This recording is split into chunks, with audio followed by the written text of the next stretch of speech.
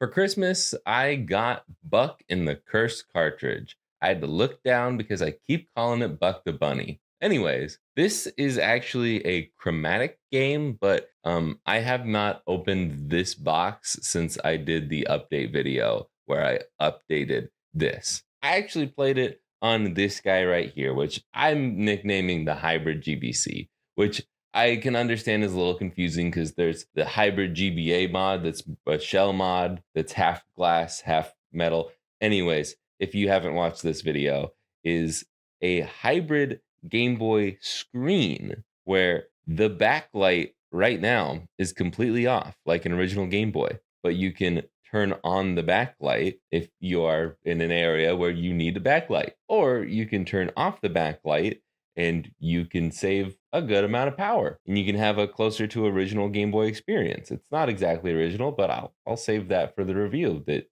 you can go watch right now. Link in the description if I remember. But this is mostly what I played Buck in the Cursed Cartridge on because I was reviewing the screen at the time. And then I also played it a lot on the IPS Max because when I got the game, I was reviewing that kit. Anyways, I started this almost immediately when I got it because I was out of town at my girlfriend's parents' place for like a week during Christmas. And so I played, I think, through the first world, maybe a little bit into the second world. I don't exactly remember. It was definitely at least somewhere in the second world where I stopped. And then I actually moved over to playing it on my phone because I was reviewing the new Game Baby case. Let's see how far I got. I think, oh wow. I think this is, yeah, that's world one and this is world two.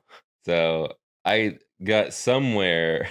Okay. I got to the point of going to the third world before I stopped playing it on here. And then I was playing it on here. Actually, I played it a little bit on the HDMI out Game Boy Advance because I was reviewing that when I picked this game up again. And that's why I transferred this save file that was on here back over to the cartridge and I played the majority of the game on here. And before I get to the end of the game, let's actually talk about what I like about the game. For those who don't know, Buck the Bunny is the GameStop mascot, at least it used to be. And he buys a Game Boy cartridge that is cursed. And the cursed cartridge sucks him into the game. Later on, you figure out that it was an ogre that hired an AI virus to hack the game, suck him in. Anyways, it's a weird story, but essentially, spoiler warning,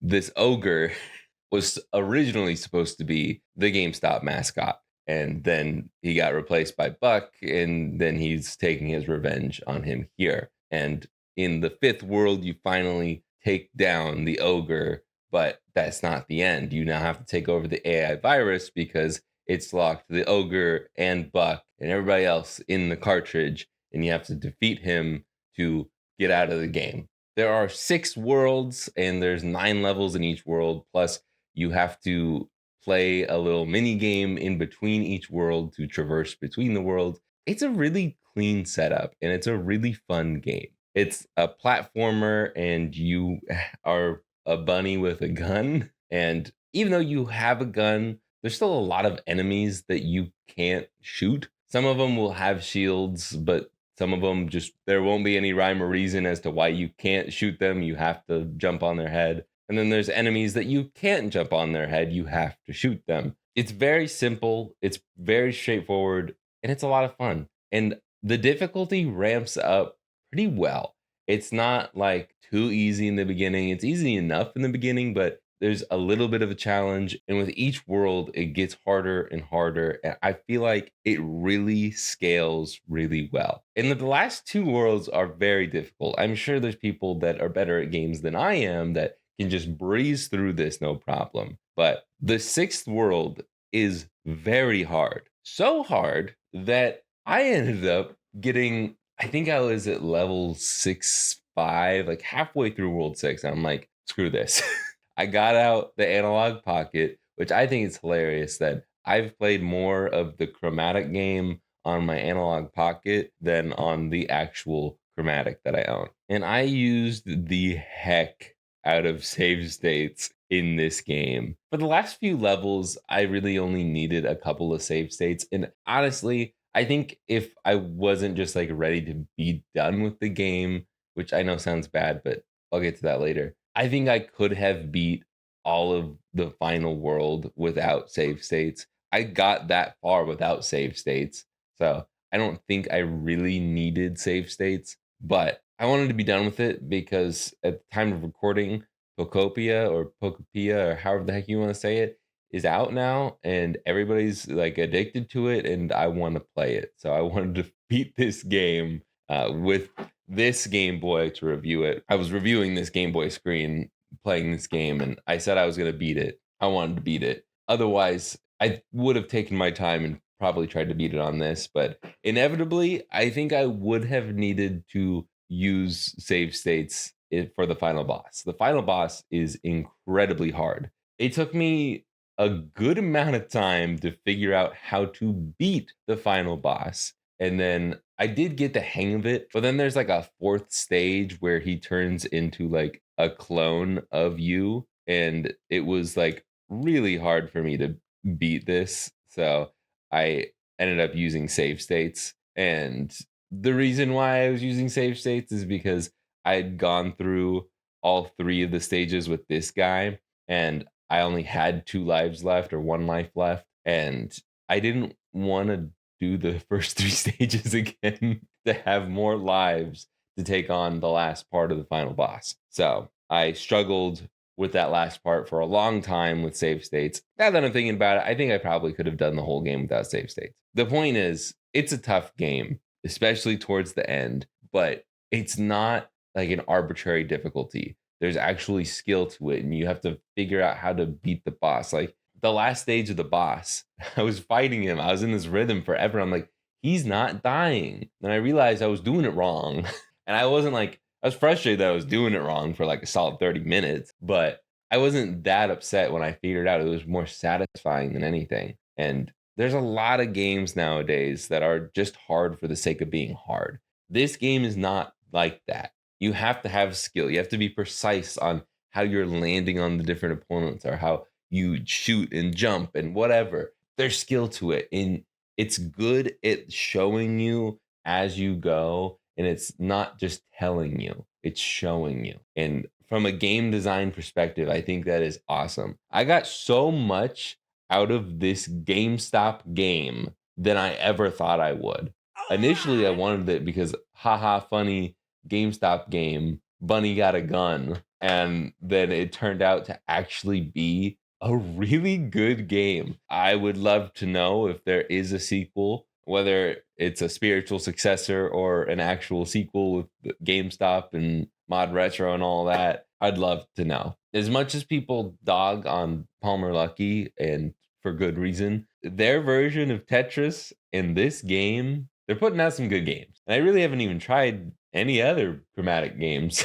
So maybe I need to be trying more. I don't know. But Buck in the Curse cartridge, highly recommend. I wish I like had more footage of me playing it or whatever, but it's just a really solid game. Oh yeah, there's a charm in here, I think. Guess we could do a pseudo unboxing here. We've got a little Buck the Bunny charm that I still have in the plastic. Might as well take it out. Oh, that's like kind of squishy and soft. That's cool. Am I gonna put this on anything? No. Do I actually care that much about this? No. That's cute. Probably just gonna put it back in here. And it actually comes with a manual, something that I didn't even do for my own game. Oh, so they don't even tell you about World 6. That's kind of cool because, I mean, I kind of ruined the surprise, but it is kind of cool. It was an interesting take because when I was on World 5, I'm like, what are they going to do? Because it was like kind of obvious that the ogre was the final boss. It was not. There are hidden collectibles throughout the game. I like the game, but I'm not gonna 100% it. I got 78%. When I did find a chest, I would try to go for it at least. And if I struggled too much to get to it, I didn't bother. The nice thing about the collectibles in this game, though, is if you open a chest and get a collectible and you die before finishing the level, you don't have to go back to get it. And I cannot understate how much I appreciate that. You can risk your life for a chest and it's okay. So if you see a chest and you want to collect it, go for it. I'm definitely glad I opened this up because there's more that I forgot that I want to talk about. The hacker shop. There are little manholes that you can drop down into, and there's the hacker in the sewer. And you can buy cheats, which really are just like upgrades. So collect as many coins as you can. And here's my recommendation for this: whatever you do, do not, I repeat, do not buy the dash. The dash was the worst thing for this game. There was only ever one level where it was actually useful, and I think I still could have gone around it without the dash. The only thing that the dash ever truly did for me was get me killed over and over and over again. I would be trying to jump because there's a lot of points in the game where you're jumping from like one little square to one little square, and it's like just enough of a length to get between, which is fine. It wasn't really that hard.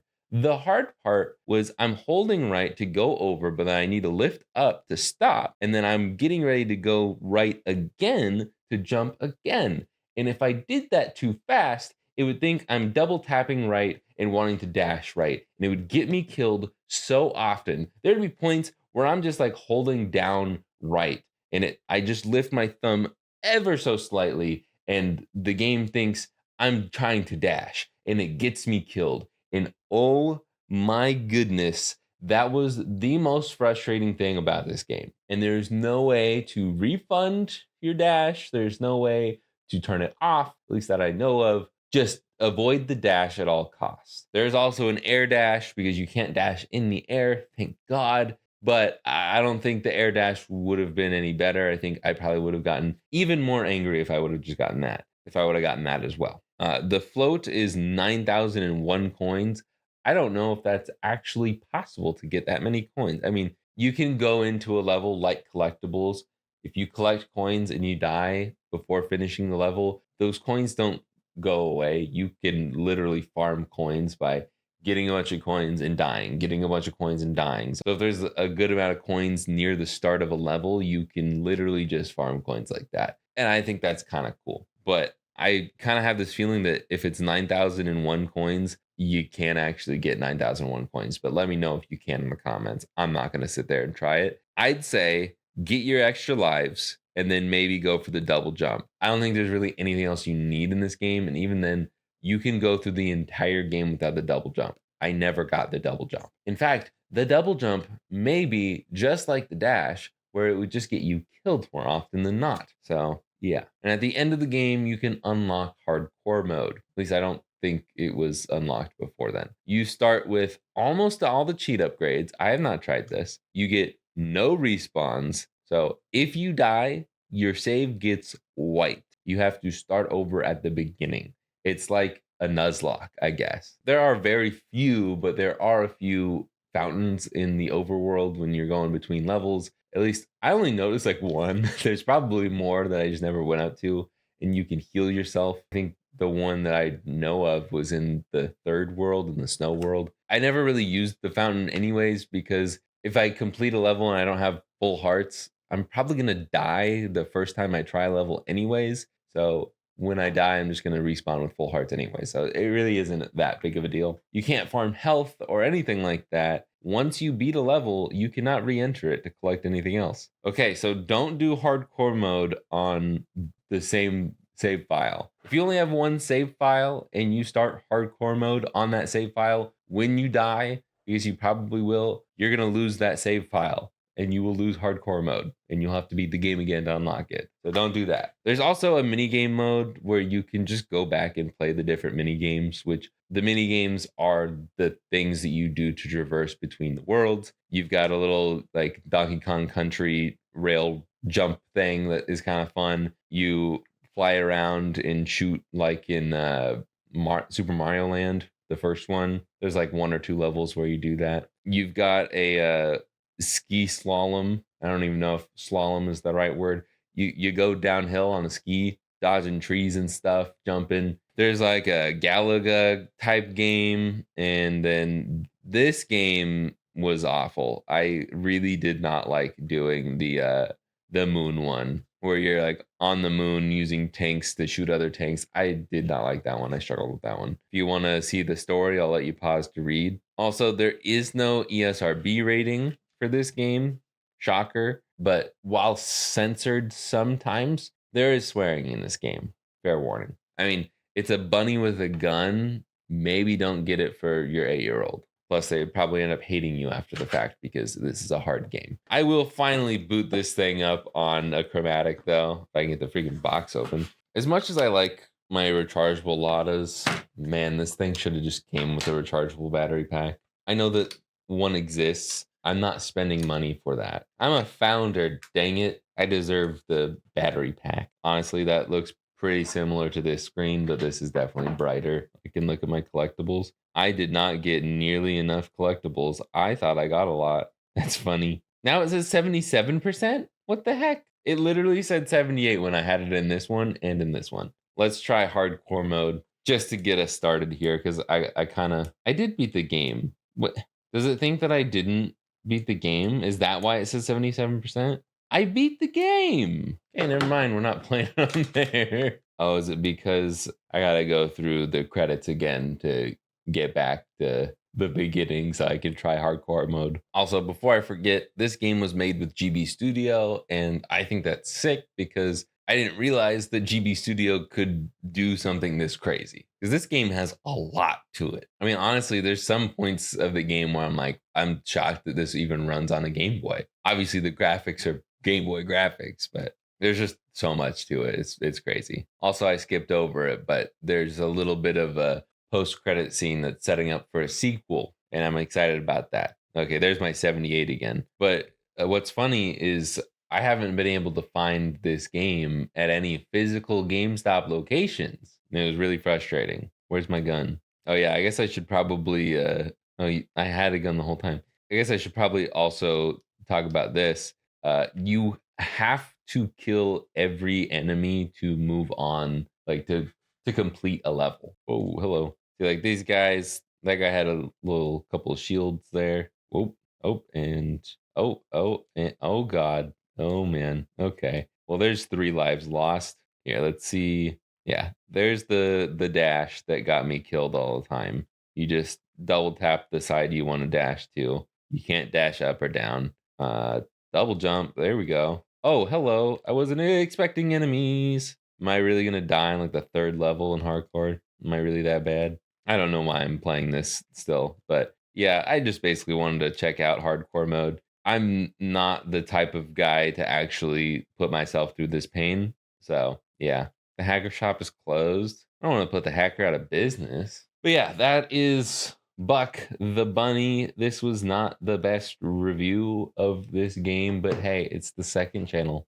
You really expect quality out of me? Not here. You shouldn't over here.